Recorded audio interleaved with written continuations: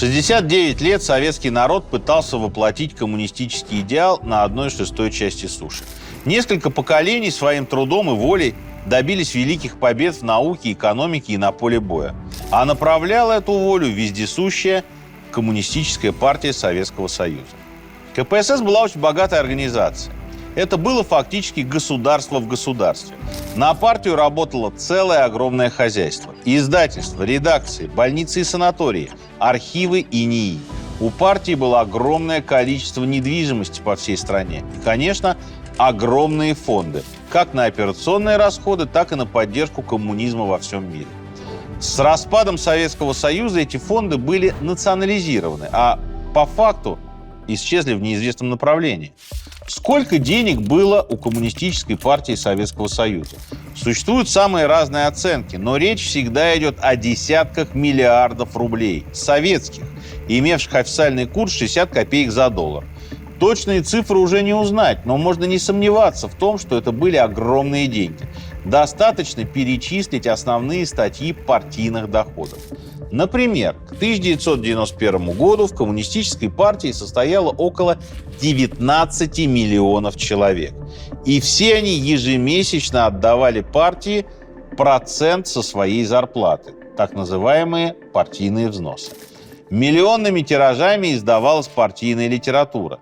Советский Союз действительно был самой читающей страной в мире, но тут был один нюанс. В книжном магазине вместе с томиком Дюма или Конан Дойля вас могли заставить купить очередной опус Брежнева. А если совсем не повезет, то какую-нибудь брошюру о проблемах животноводства в условиях Крайнего Севера. Доходы от этих продаж шли в кассу КПСС. Нельзя забывать и о партийной недвижимости. КПСС принадлежало почти 5000 объектов в СССР и за рубежом, включая более 4000 административных зданий. И, конечно, в собственности партии были все дома-музеи вождя мирового пролетариата Владимира Ильича Ленина, которых только в Союзе было 54 штуки.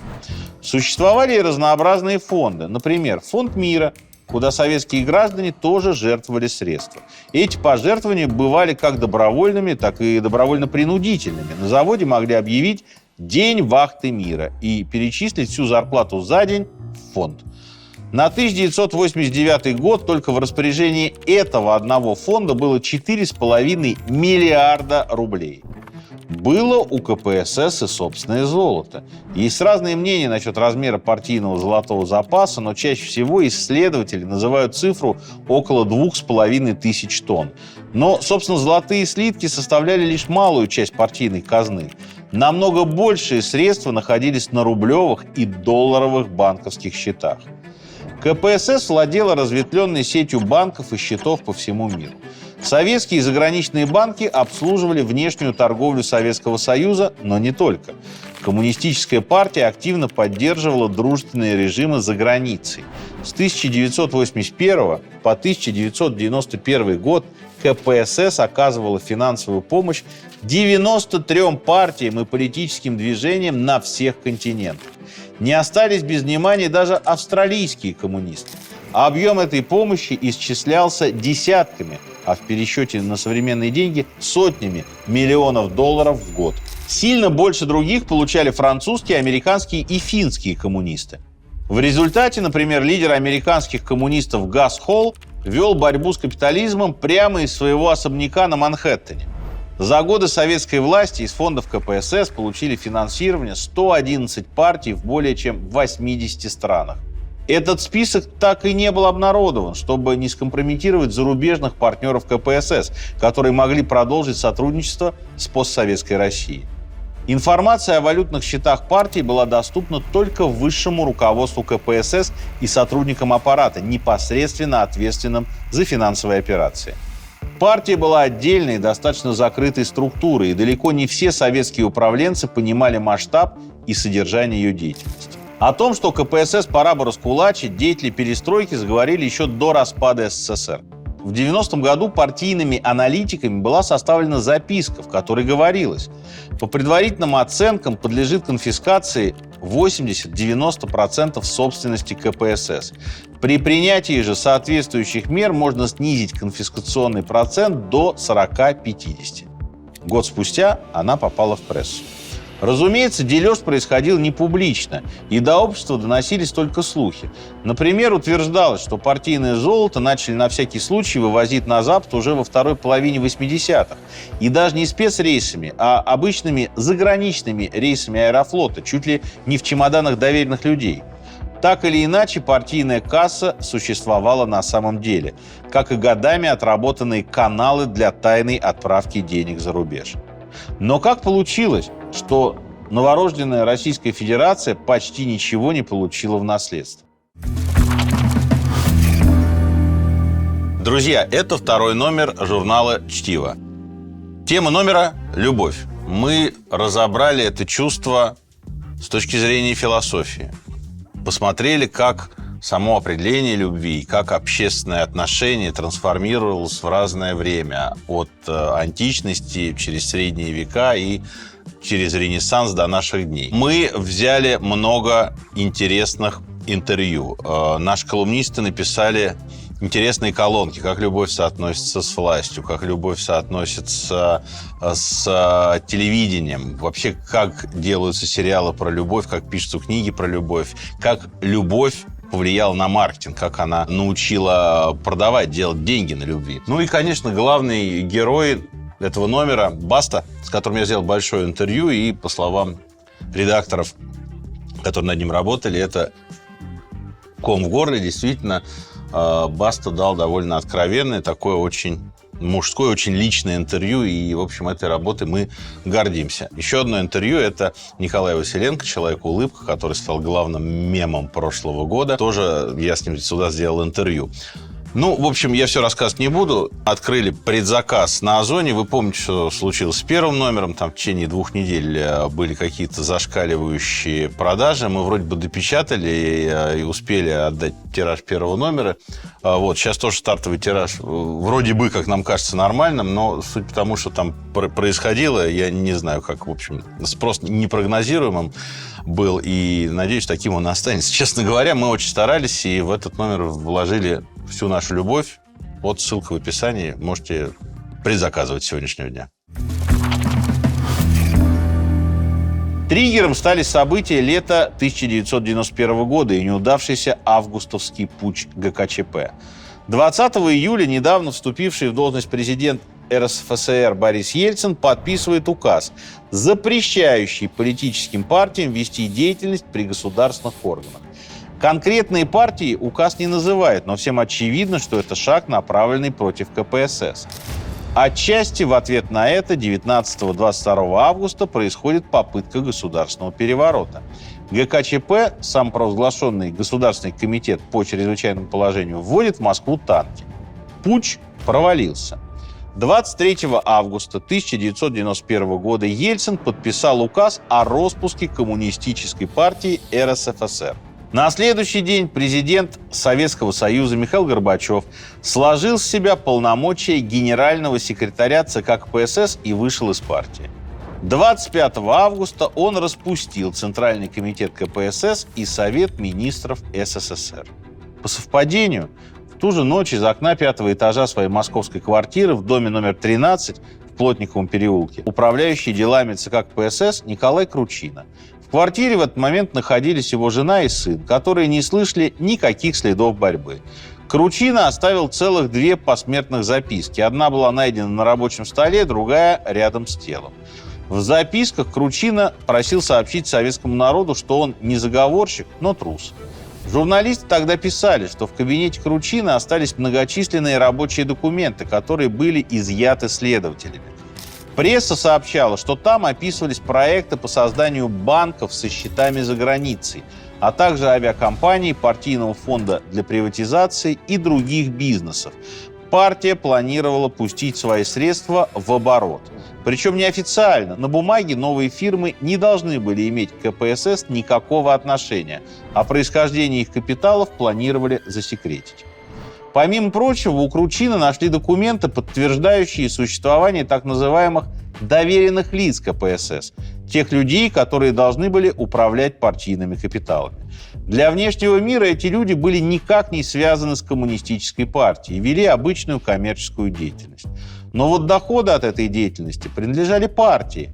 и отчитываться доверенные лица были обязаны перед управлением делами ЦК КПСС. Это было что-то вроде ватиканских черных дворян. В XIX веке католическая церковь, которой было грешно заниматься бизнесом от своего лица, приспособила для этих целей особую прослойку итальянских аристократов. По интернету гуляет текст клятвы доверенного лица КПСС, который обязывает такого человека выполнять доверенные партии задания на любом посту и в любой обстановке, не раскрывая своей принадлежности к институту доверенных лиц. Бизнесмены на службе КПСС обязывались бережно использовать в интересах партии доверенные им финансовые и материальные средства, а также гарантировать их возврат по первому требованию. Заработанные с использованием партийных фондов деньги признавались партийной собственностью. Из этой инициативы ничего не вышло, по крайней мере, официально. Считается, что роль Кручины в исчезновении золота партии могла быть ключевой. Уже 21 августа стало понятно, что ГКЧП окончится неудачей. В это время под руководством Кручины в здании Центрального комитета КПСС на Старой площади уничтожались финансовые документы. Есть версия, что даже после того, как 23 августа здание было оцеплено и опечатано, партийцы проникали внутрь через подземные туннели и продолжали сжигать документы на секретных подземных этажах. По крайней мере, комендант здания докладывал о запахе гари, шедшем непонятно откуда. Гибель Кручины была признана самоубийством. Ровно через 40 дней история повторилась с его предшественником на должности управделами ЦК КПСС Георгием Павловым. Павлов давно был на пенсии, но какое-то время назад Кручина попросил его вернуться на правах советника. Он даже успел прокомментировать гибель Кручины. Павлов назвал его самоубийство смелым решением и заявил, что сам не смог бы так поступить. Гибель Павлова тоже признали суицидом. 17 октября такая же судьба постигла заведующего сектором международного отдела ЦК Дмитрия Лисоволика. Незадолго до этого следователи обнаружили в здании на Старой площади $2 миллиона, которые просто лежали в одном из кабинетов. Считалось, что они предназначались уже упомянутому лидеру американских коммунистов Гасу Холлу. Организовать передачу должен был Лисоволик. 3 загадочных смерти в столь короткий срок привели к появлению легенды о гипнотизерах. В народе пошли слухи, что все высокопоставленные партийные деятели закодированы и вынуждены были покончить с собой, услышав индивидуальный пароль. На этом мифе основывается сюжет фильма «Золото партии», который очень кстати вышел уже в 1992 году. По сценарию главный герой, несправедливо осужденный сотрудник органов, решает отомстить партийным коррупционерам и случайно узнает о секретном советском санатории. Проникнув туда, он получает доступ к картотеке закодированных коммунистов и даже сам пользуется подобным убийственным паролем. Общественность была готова поверить в любую версию. Более циничные комментаторы прозвали 3 этих громких смерти делом парашютистов. Из дела ГКЧП действительно выделили отдельное о партийных финансах. Его расследовал прокурор Сергей Арестов. Он даже успел дать несколько интервью. Большая часть того, что публика узнала о партийном золоте, известна именно из них. Но вскоре дело засекретили. 6 ноября 1991 года Борис Ельцин издал указ о прекращении деятельности на территории России структур коммунистической партии и национализации их имущества. Следствие обнаружило на счетах ЦК КПСС более 6 миллиардов рублей и 14 миллиардов долларов. Деньги были арестованы, но из-за сильной инфляции рубли быстро обесценились. При этом в 1991 году в хранилищах Госбанка не досчитались 11 миллиардов долларов, а из золотого запаса страны куда-то испарилось 2400 тонн. Весной 1992 года российское правительство во главе с Егором Гайдаром предприняло попытку добраться до тайных заграничных счетов КПСС. В качестве первого шага решено было нанять американское детективное агентство «Кролл». Агентство это было непростое и состояло из бывших сотрудников разведки, не только американской. Это были профессионалы своего дела. Ранее они успешно обнаружили деньги венесуэльского диктатора Маркоса, кровавого президента Гаити Дювалье-младшего и заграничные счета Саддама Хусейна. Кролл согласились взять за поиски золота партии скромные $900 тысяч. Известно, что агентство подготовило для российского правительства отчет, но вот его содержание навсегда осталось тайной. Все российские ведомства отрицают наличие в своих архивах такого документа. Считается, что в отчете фигурировал список фамилий и перечень сумм, лежащих на иностранных счетах. Следователи агентства уточнили сумму, которую Коммунистическая партия Советского Союза вывезла из страны. Не $11 миллиардов, а целых 40. По тому курсу это было почти четверть годового бюджета страны. Тем не менее, правительство решило не продлевать контракт с американцами. Ходили слухи, что расследование забуксовало из-за саботажа бывшей партийной номенклатуры.